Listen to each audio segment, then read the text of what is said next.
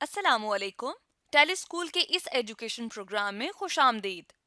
ये programme TV पर हुकूमत पाकिस्तान और सबक फाउंडेशन की शिराकत से पेश किया जा रहा है।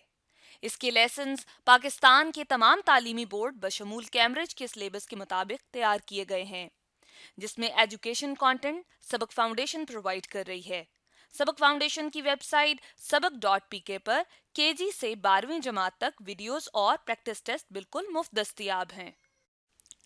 बायोलॉजी लेसन में आज हम बात करेंगे disorders of nervous system degenerative disorders की, और ये टॉपिक तमाम बोर्ड्स में क्लास 12th में मौजूद है। फेडरल और केपीके में ये चैप्टर 17 जो कि नर्वस कोऑर्डिनेशन के नाम से है।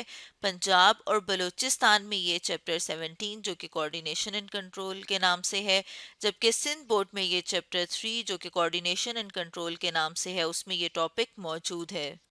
इन वीडियोस को सुनने के बाद आप अल्जाइमर डिजीज, पार्किंसंस डिजीज और मल्टीपल स्क्लेरोसिस के बारे में जान सकेंगे।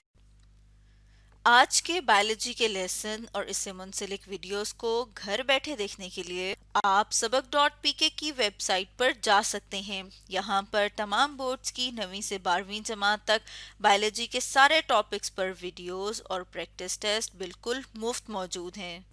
इनके ज़रिए आप अपने कॉन्सेप्ट्स को पुख्ता करके इम्तिहानात में शानदार नंबर हासिल कर सकते हैं। आज हम पढ़ेंगे अल्जाइमर्स डिजीज के बारे में। ये होती किन में है? ये इंसानों में होती है, और इंसानों में भी ये किसको इफेक्ट करती है? ये उनके नर्वस सिस्टम को इफेक्ट करती है। नर्वस सिस्टम क्या है? नर्वस सिस्टम हमारा आसाबी निज़ाम, जैसे आप इस डायग्राम में देख रहे हैं, जिसमें ब्रेन, स्पाइनल कॉर्ड और नर्व्स आ जाते हैं। ब्रेन, स्पाइनल कॉर्ड जो कि सेंट्रल नर्वस सिस्टम बना रहे हैं, और इसके अलावा जितनी भी नर्व्स प्रेजेंट हैं ये क्या बना रही हैं? ये पेरिफेरल नर्वस सिस्टम। क्योंकि ये नर्वस सिस्टम से रिलेटेड डिसऑर्डर है, इसलिए इस डिसऑर्डर्स को कहा जाता है नर्वस डिसऑर्डर। अब अगर हम ये देखें कि ये हमारे नर्वस सिस्टम के भी कौन से पार्ट को इफेक्ट करती हैं, तो ये हमारे ब्रेन को इफेक्ट करती हैं।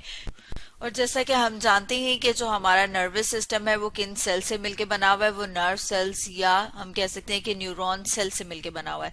जब नर्व सेल्स डीजनरेट होना शुरू हो जाए, मतलब ये कि वो खत्म होना शुरू हो जाए, खराब होना शुरू हो जाए, तो उसकी वजह से जो डिजीज होती है उसे कहा जाता है अल्जाइमर्स डिजीज। और क्योंकि ये ब्रेन में है, तो अगर हम ब्रेन को इनलार्ज करके देखें, तो जैसे ये आपके सामने एक डायग्राम है, इस डायग्राम में आप देख रहे हैं कि यहाँ पर आपको एक हेल्दी ब्रेन दिखाया हुआ है और उसके साथ एक ऐसे पेशेंट का ब्रेन दिखाया हुआ है जिसे कि अल्जाइमर डिजीज है। तो अब हम यहाँ पर डिफरेंस देख सकते हैं कि ये जो अल्जाइमर्स डिजीज जिस बंदे को है, जिस पेशेंट को है, अगर उसका ब्रेन देखा जाए तो वहां पर हमें पता लग रहा है कि जो ब्रेन सेल्स हैं वो डिजेनरेट हो गए, और इसकी शेप में क्लियर कट डिफरेंस हमें नजर आ रहा है। तो अब अगर हम इसके साइन एंड सिम्टम्स की बात करें, मतलब ये कि वो कौन सी अलामात हैं जो एक पेशेंट जाहिर करता है जिसको अल्जाइमर डिजीज है, तो उसमें सबसे पहली क्या चीज है? Memory loss. मेमोरी लॉस मतलब ये कि उनकी जो याददाश्त है वो कमजोर हो जाती है, और उसमें भी अगर हम देखें तो इनमें ज्यादातर शॉर्ट टर्म मेमोरी लॉस होता है।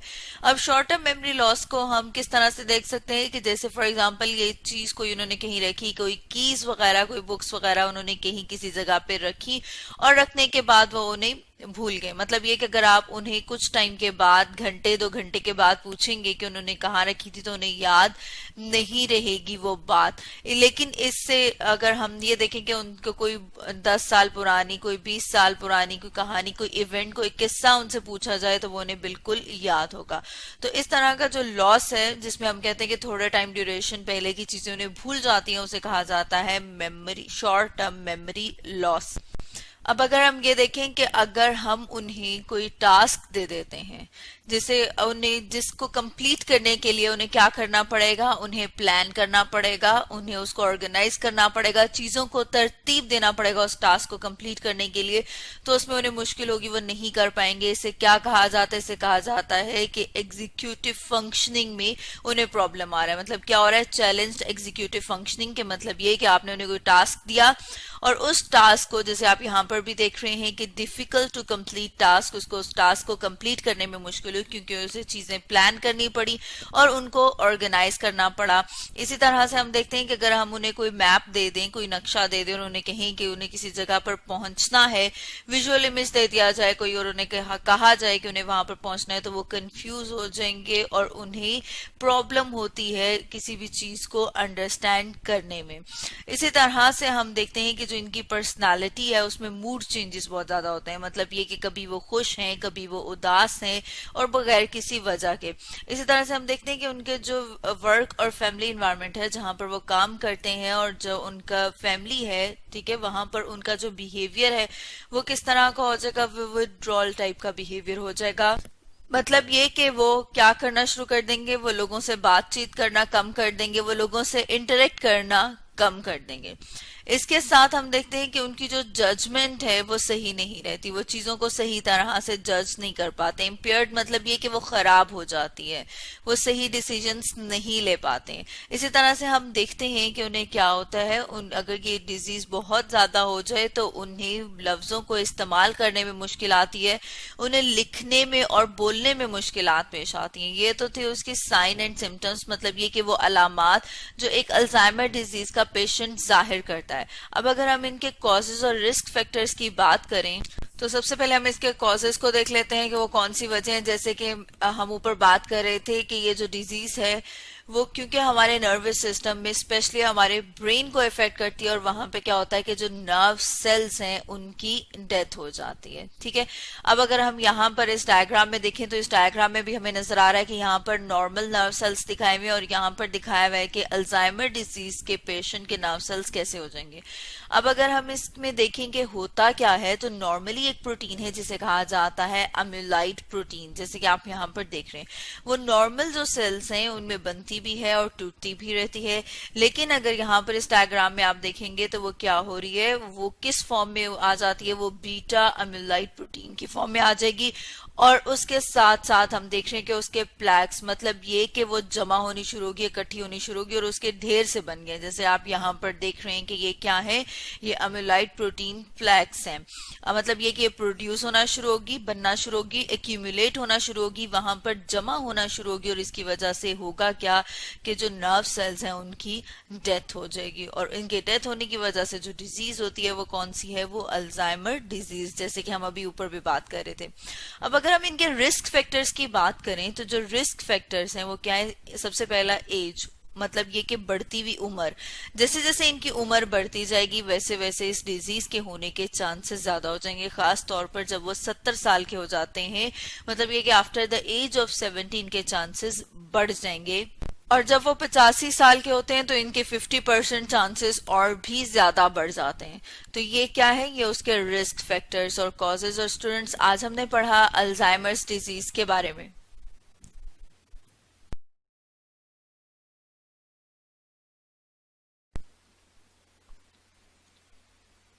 स्टूडेंट्स, आज हम पढ़ेंगे पार्किंसंस डिजीज के बारे में। पार्किंसन डिजीज एक नर्व डिसऑर्डर है। जैसे कि आप जानते हैं कि हमारी बॉडी में बहुत सारे सिस्टम्स होते हैं, उनमें से एक सिस्टम है जिसे कहा जाता है नर्वस सिस्टम, जिसमें हमारा ब्रेन, स्पाइनल कॉर्ड और बॉडी में जितनी भी नर्व्स हैं वो शामिल हैं। तो हमारी जो पार्किंसन डिजीज है वो ब्रेन का एक हिस्सा है, वो अगर डैमेज हो जाए तो उसकी वजह से होता है, जिसे हम अभी डिटेल में देखेंगे। अब अगर हम ये देखें कि पार्किंसन डिजीज की वजह से पेशेंट में कौन कौन सी अलामात जाहिर होती हैं, तो उसे हम एक डायग्राम से देखते हैं। जैसे आप इस डायग्राम में देख रहे हैं कि यहाँ पर एक पेशेंट दिखाया हुआ है जो पार्किंसन डिजीज का पेशेंट है। अब अगर हम उसके साइन एंड सिम्टम्स को देखें तो जैसे हम देख रहे हैं, सबसे पहले कि जो उसका हेड है वो उसकी पूरी बॉडी से थोड़ा सा आगे है, मतलब उसका हेड जो है वो थोड़ा सा फॉरवर्ड है, थोड़ा सा आगे प्रेजेंट है। इसके अलावा जो सेकंड है, इसके जो आईलिड्स हैं वो थोड़े ड्रॉपिंग होते हैं, इसका जो माउथ है, इसका जो मुंह है वो ओपन होता है। इसके अलावा इसका जो स्लाइवा है वो इसके मुंह से निकल के ड्रॉल कर रहा होता है। तो इसको अगर हम एक और डायग्राम से देखें तो जैसे ये आपके सामने एक और डायग्राम है, इस डायग्राम में आप देख रहे हैं कि पेशेंट का जो स्लाइवा है वो ड्रॉल करता हुआ उसके माउथ से नीचे आ रहा है। इसके अलावा अगर हम इनके हाथों और पाँव को देखें तो जो इनके हैंड्स हैं वो ऐसे हो रहा था जैसे कांप रहे हो, जैसे झटके खा रहे हो, जिसे हम कहते हैं कि वो ट्रिमर हो रहे हैं, मतलब ट्रिमरिंग ऑफ हैंड हो रही है। इसके अलावा जो इनके स्टेप्स हैं, जो ये चलते हैं तो वो बहुत शॉर्ट स्टेप्स लेते हैं, और जैसे आप देख रहे हैं कि वो शफल कर रहे हैं, कि वो उस तरह से नहीं चल रहे जिस तरह से कि एक नॉर्मल पर्सन जो है वो चलता है। अब अगर हम ये देखें कि पार्किंसन डिजीज ब्रेन के कौन से एरिया में के डैमेज होने की वजह से होती है, तो ब्रेन का एक एरिया है जिसे कहा जाता है सबस्टेंशिया निग्रा। वहां के जो सेल्स हैं जो डोपामिन प्रोड्यूस कर रहे होते हैं वो वहां पर खत्म हो जाते हैं। जैसे कि अगर हम एक और डायग्राम में देखें तो जैसे आपके सामने ये डायग्राम है, इस डायग्राम में आप देख रहे हैं कि अगर हम ब्रेन को कट करके उसका क्रॉस सेक्शनल एरिया देखें तो यहाँ पर ये जो स्ट्रक्चर है इसके ऊपर जो आपको डार्क ब्राउन कलर का एरिया नजर आ रहा है, यहाँ पर सेल्स प्रेजेंट होते हैं जो कि डोपामिन प्रोड्यूस कर रहे होते हैं, और ये जो एरिया है इसे हम कहते हैं सबस्टेंशिया निग्रा। ये तो आप एक नॉर्मल पर्सन का देख रहे हैं कि जो नॉर्मल पर्सन है उसमें किस तरह होगा, उसमें ये एरिया ऐसे प्रेजेंट है, ठीक है। लेकिन पार्किंसन डिजीज अगर किसी पेशेंट को, तो फिर हम देखते हैं कि जो उसका ये वाला एरिया है वहां पे जो सेल्स डोपामिन प्रोड्यूस कर रहे हैं वो प्रेजेंट नहीं है, वो यहाँ से डिसअपियर हो गए, वो खत्म हो गए। अब अगर हम ये देखें कि डोपामिन करता क्या है, डोपामिन बेसिकली एक न्यूरोट्रांसमीटर है। न्यूरोट्रांसमीटर का मतलब ये है कि ये वो स्पेशल केमिकल है जो मैसेज को एक नर्व सेल से लेके दूसरे नर्व सेल तक पहुंचाता है। जैसे इस डायग्राम में हम देख रहे हैं कि ये क्या है, नर्व सेल्स। जैसे कि हम जानते हैं कि जो हमारा नर्वस सिस्टम है, जो हमारा आसाबी निजाम है, वो किन से मिलके बना हुआ है, वो इन नर्व सेल से मिलके बना हुआ है, जिसमें ये उसकी सेल बॉडी, और साथ में हम देख रहे हैं कि ये जो फिलामेंट है इसको क्या कहा जाता है, एक्सॉन के एंड पे आप देख रहे हैं कि यहाँ पर एक नॉब सी है, एक बल्ब की तरह का स्ट्रक्चर प्रेजेंट है जिसे साइनेप्टिक नॉब कहा जाता है।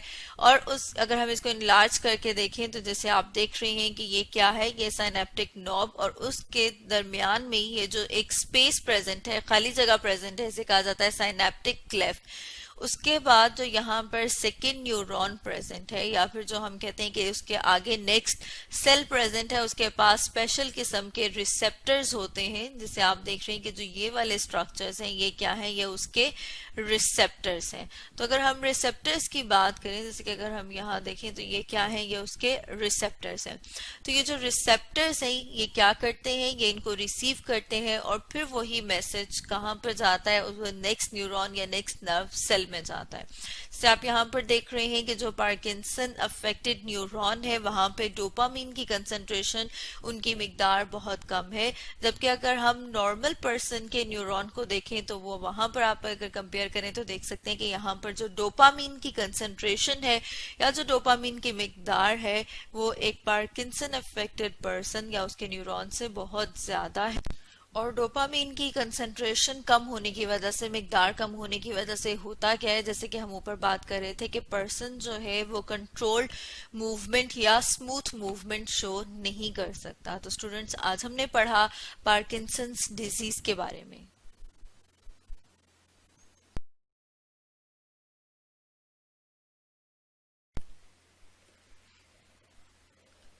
स्टूडेंट्स, आज हम पढ़ेंगे मल्टीपल स्क्लेरोसिस के बारे में। ये क्या है, ये एक डिजीज, एक डिसऑर्डर है जो किससे रिलेटेड है, जो हमारे नर्वस सिस्टम, मतलब ये कि हमारे आसाबी निजाम से रिलेटेड है। जैसे कि आप इस डायग्राम में देख रहे हैं कि क्या दिखाया हुआ है, हमारा central nervous system. Central nervous system जो किससे मिलकर बना हुआ है, हमारे ब्रेन और स्पाइनल कॉर्ड से।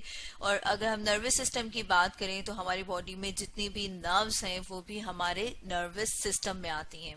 तो अगर हम नर्वस सिस्टम की बात करें कि उसका स्ट्रक्चरल और फंक्शनल यूनिट क्या है, वो किन से मिलके बना हुआ है, तो उसे हम एक डायग्राम से देख लेते हैं।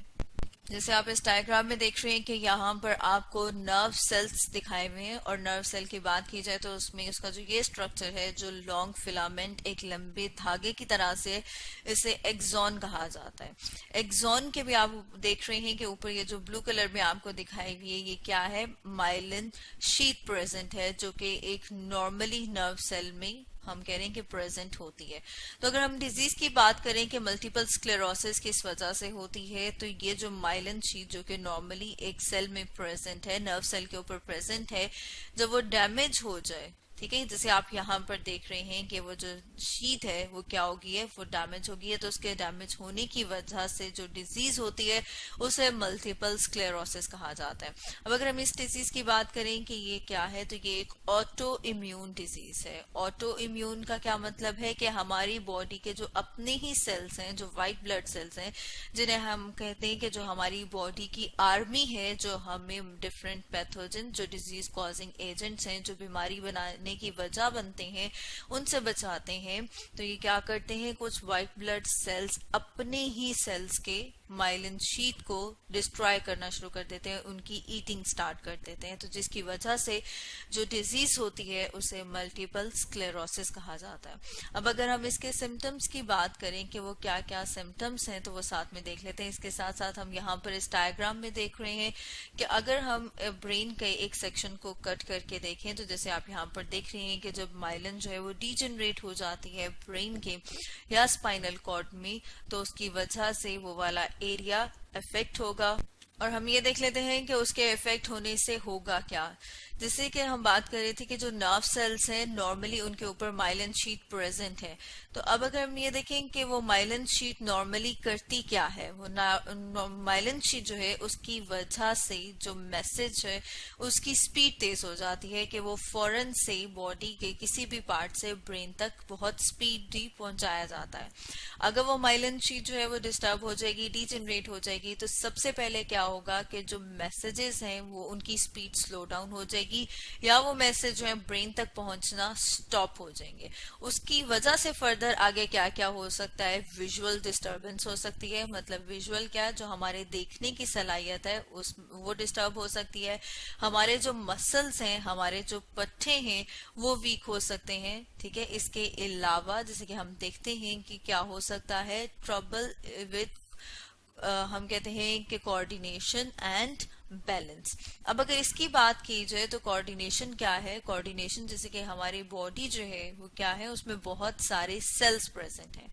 अब सेल जो है वो कोई ना कोई फंक्शन परफॉर्म कर रहा है और उसको आपस में कोऑर्डिनेट करना पड़ता है, क्योंकि हर सेल कोई ना कोई फंक्शन परफॉर्म कर रहा है। तो फॉर एग्जांपल जैसे कि हम कहते हैं कि अगर हमारे हाथ में कोई चीज चुभ जाए या फिर हम किसी हॉट ऑब्जेक्ट गर्म चीज को छू लें, तो उसकी वजह से क्या होता है कि फौरन से हम अपना बाजू पीछे खींचते हैं। अब अगर हम इसमें बात करें कि इसमें कैसे कोऑर्डिनेशन है, कौन कौन से सेल्स इन्वॉल्व है, तो सबसे पहले तो जो रिसेप्टर्स जो हमारे हाथ में प्रेजेंट है वो क्या होंगे, वो फौरन से इसके साथ साथ हम एक डायग्राम भी देख लें कि अगर हमारे हाथ या पाँव में, जैसे कि आप यहाँ पर इस डायग्राम में देख रहे हैं कि पाँव में अगर सुइयां चुभ रही हो, ठीक है, तो क्या होगा, सबसे पहले क्या होगा कि जो रिसेप्टर्स हैं वो उसको सेंस करेंगे और सेंस करने के बाद नर्व्स के जरिए से उस मैसेज को ब्रेन तक भेजेंगे। ब्रेन जो है उसको इंटरप्रेट करेगा। अब जो मैसेज लेके आने वाले सेल्स हैं, जो नर्व सेल्स हैं, अगर वही डैमेज हो जाए तो क्या हो जाएगा, जो मैसेज है या तो वो बहुत देर से पहुंचेगा, मतलब ये कि हो सकता है तब तक पाँव में बहुत ज्यादा कट लग चुका हो, या अगर वो जल रहा है तो बहुत ज्यादा जल चुका हो, या हो सकता है कि मैसेज पहुंचे ही ना। ठीक है, लेकिन अगर पहुंच गया है तो फिर क्या होगा, अगर वो पहुंच गया है मैसेज वहां पर, तो ब्रेन उसको इंटरप्रेट करता है और इंटरप्रेट करने के बाद दोबारा से नर्व्स के जरिए से मैसेज भेजता है वहां पर जो स्केलेटल मसल्स हैं उनको, ताकि वो कॉन्ट्रैक्ट हो, और कॉन्ट्रैक्ट होंगे तो हम अपना हाथ या पाँव वहां से पीछे खींच लेते हैं। तो ये क्या है, कोऑर्डिनेशन है कि ये जो सेल्स हैं वो आपस में कोऑर्डिनेट करते हैं और उन कोऑर्डिनेट करने की वजह से हम बहुत सारे अपने फंक्शंस को परफॉर्म करते हैं। लेकिन अगर हमारे नर्व सेल्स डैमेज हो जाएंगे तो वो कोऑर्डिनेशन भी डिस्टर्ब हो जाएगी और बैलेंस नहीं रहेगा। ठीक है, इसके अलावा हम जो है डिफरेंट सेंसेशंस को फील करते हैं जो नॉर्मली प्रेजेंट नहीं होती। उसके लिए अगर हम फर्दर इसी डायग्राम को देखें, जैसे आप इस डायग्राम में देख रहे हैं, तो जैसे आपको यहाँ पर दिखाया हुआ है कि ऐसे लग रहा है कि जैसे पाँव में बहुत सारी पिंस, बहुत सारी सुइयां चुभ रही हैं।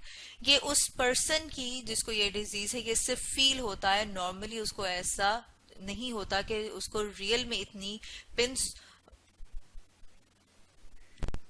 चुभ रही हूँ, तो इस तरह की जो सेंसेशन है उसे क्या कहते हैं, सेंसेशन ऑफ नम्बनेस या प्रिकलिंग, क्या उसको ऐसे फील होता है, ऐसे महसूस होता है कि जैसे उसके पाँव में ढेर सारी सुइयां चुभ रही हैं। इसके अलावा ब्लैडर डिसफंक्शन होता है, ठीक है, उन्हें लगता है कि उनका ब्लैडर जो है वो फिल है या उस तरह की फीलिंग आती है।